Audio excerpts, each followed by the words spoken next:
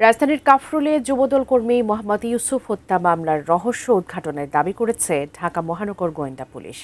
তাদের মতে নিহত যুবদল কর্মী হত্যার মূল টার্গেট ছিলেন না।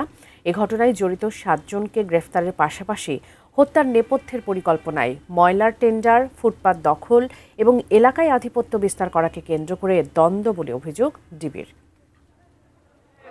গত 24 জুলাই রাতে রাজধানীর কাফরুলের ওপেক্স গার্মেন্টসের পাশের লিংক রোড এলাকায় গুলির ঘটনায় নিহত হন যুবদল কর্মী মোহাম্মদ ইউসুফ। এ সময় গুলিবিদ্ধ হন আরও 2 জন। তাদের উদ্ধার করে ঢাকা মেডিকেলে নেওয়া হলে চিকিৎসক ইউসুফকে মৃত ঘোষণা করেন। ঘটনার পর স্থানীয়দের হাতে অস্ত্রসহ আটক হন এক সন্ত্রাসী। পরে নিহতের বড় ভাই বাদী হয়ে কাফরুল থানায় হত্যা মামলা দায়ের করেন। মামলার তদন্তে নামে ডিবি মিরপুর বিভাগ ও কাফরুল থানা পুলিশ। ধারাবাহিক অভিযানে ঢাকা, মাগুরা, শরীয়তপুর ও যশোর থেকে 7 জনকে গ্রেপ্তার করা হয়। তদন্তে পুলিশ জানতে পারে মূল পরিকল্পনাকারী হাফিজুর রহমান হাফিজ ওরফে সিএনজি হাফিজ প্রতিপক্ষ হাফিজুল ইসলাম বাবুকে হত্যার উদ্দেশ্যে পেশাদার খুনি ভাড়া করেন। নতুন বাংলাদেশ গড়তে এলো জুলফিকার স্টিল। জুলফিকার স্টিল যে ঘটনা ঘটেছে এবং হত্যার পরিকল্পনা উদ্ঘাটনের পর সংবাদ সম্মেলন করে ডিবি জানায়, ঘটনার রাতে হাফিজুল ইসলাম বাবুর অফিসের সামনে অবস্থান নেয় অভিযুক্তরা।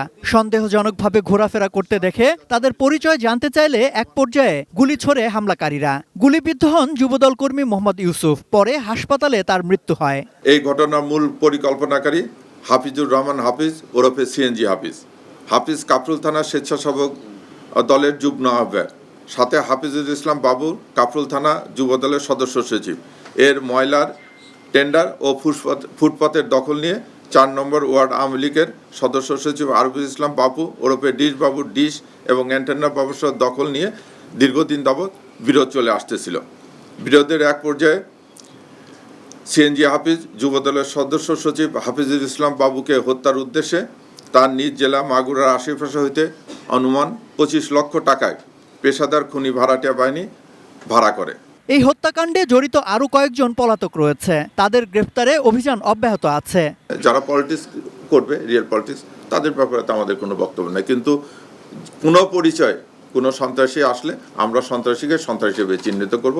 কোনো রাজনৈতিক পরিচয় আমরা কোনো সময় বিবেচনা করব না। সম্রাট আনোয়ার, এটিএন নিউজ, ঢাকা।